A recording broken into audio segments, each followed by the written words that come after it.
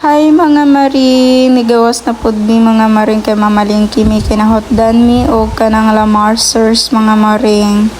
So before that mga maring kay mukaon sa mi mag-snack sa mga maring kay naay bag-ong Indian restaurant mga maring. So i-try na mo diri mga maring kung lami budget.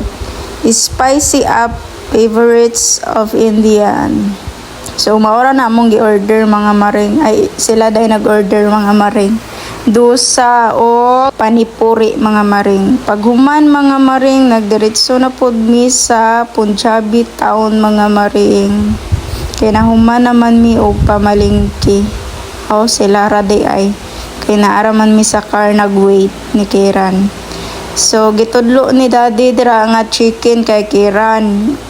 So, wa man po nagkaon sa Kiran mga maring. Ako ra po nagkaon. So, mauday na ilang mga foods mga maring. Mga beans, dira, mga sila chicken mga maring. Kung gusto mong chicken, veggie.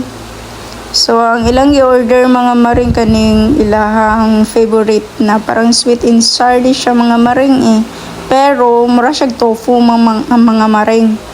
Kato akong ginabuhat nga milk. Pero ang tawag nila anak mga maring is paner mga maring. Nakabuhat ako anak mga maring dito sa house. So nagaluto po ko anak mga maring.